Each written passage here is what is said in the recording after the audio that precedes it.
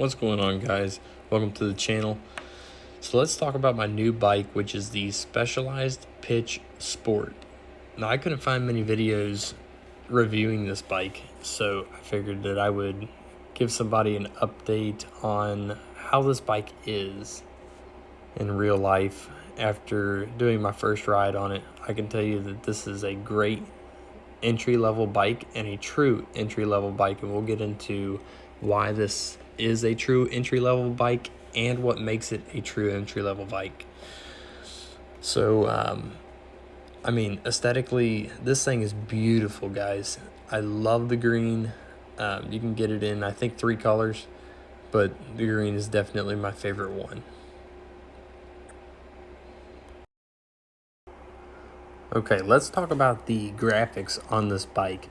So the specialized emblem that runs up the bottom tube is actually it's a rougher emblem, so it's textured, and I absolutely love the texture and how this feels. Now, the top emblem feels like a sticker, but I don't think it is. If y'all can comment in below if you have this bike and let me know if it's a sticker or if it's painted on. Okay, getting into the tires. So these tires are 27.5 by 2.3 ground control sport Flack Jacket tires. And I must say they do pretty well on the trail. They hold their own in kind of looser dirt. I did take it through some mud, and it does slip around quite a bit in the mud.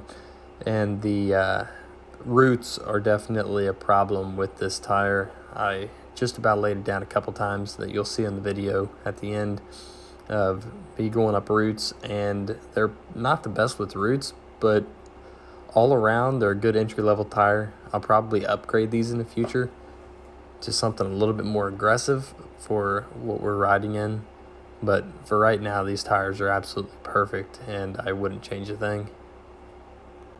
Now, moving on to the brakes. These brakes, I'm probably going to get a lot of crap for this, but with these brakes, they are mechanical, and I don't see a problem with these mechanical brakes. I mean, barely tapping these brakes, I can get the complete tire to lock up, and that's not on loose dirt or anything like that. I mean, these brakes seem to do a pretty decent job as far as that, front and rear.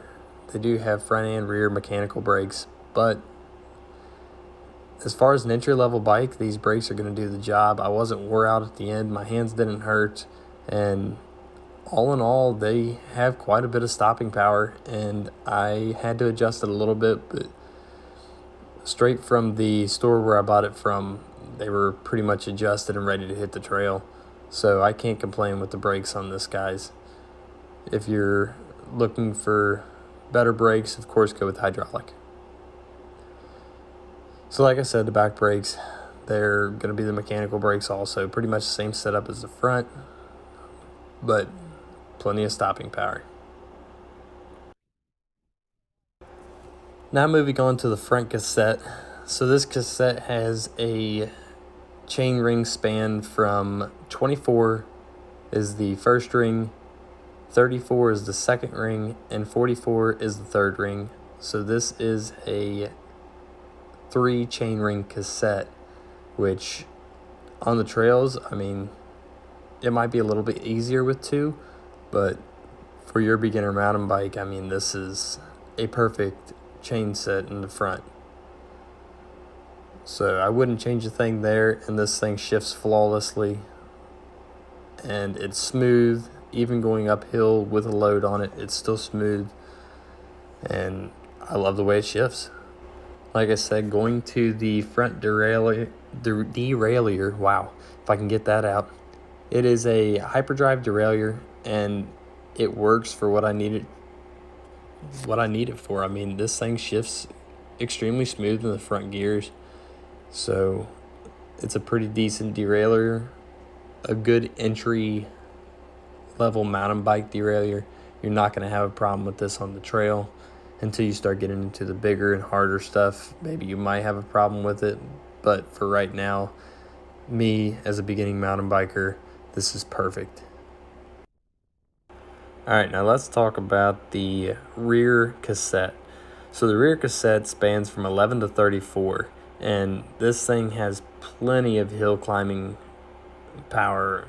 I mean, it is easy as pie just going up these hills. And I'm coming from a Walmart mountain bike, and it is so much easier. Normally at the top of the hill, I have to take a break, take a drink, and I must say that I'm definitely conserving more water with this cassette in the rear. So love this cassette in the rear. Wouldn't change a thing there. It's absolutely phenomenal. Okay guys, so moving on to the front fork. So the front fork is an SR Suntour. It has 100 millimeters of travel. It does have a lockout, and it does have adjustments on the left-hand side of the bike. As far as getting this thing adjusted, it is easy. I took it out on the trail. This fork is extremely smooth. I know this fork has a bad rap for being a little sloppy, but I did not experience that on the trail. But I wasn't riding very hard too, so this might be something that I'm going to upgrade in the near future. But for right now, riding where I do and doing what I do, this fork has absolutely zero problems, and the absorption of the fork and the rebound of the fork is absolutely perfect. Now these shifters, gosh, where do I begin? So the Shimano Easy Fire shifters, you have your 3 gears on the left hand side, and you have your 1 through 8 on the right hand side.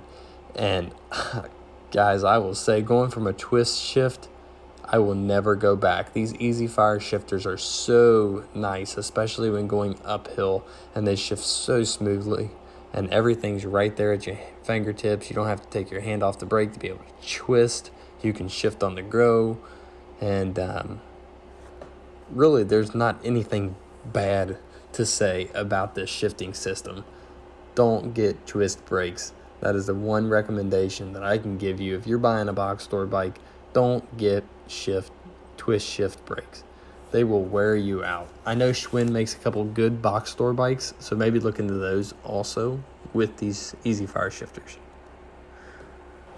So I'm pretty much done talking at this point. So I've told you everything that I know about the bike and everything that I think somebody should know about the bike. So the best way that I can give you a true review is to just get into the riding. So don't forget to hit that thumbs up button or thumbs down button if I didn't do a good job, and tell me where I went wrong. And make sure you leave a comment on what kind of bike you're riding, or anything that I might have missed that would help a new rider out deciding to get this bike or to not get this bike. And I appreciate all of my new subscribers, and I hope to be putting out more videos on this bike soon. Thanks for watching.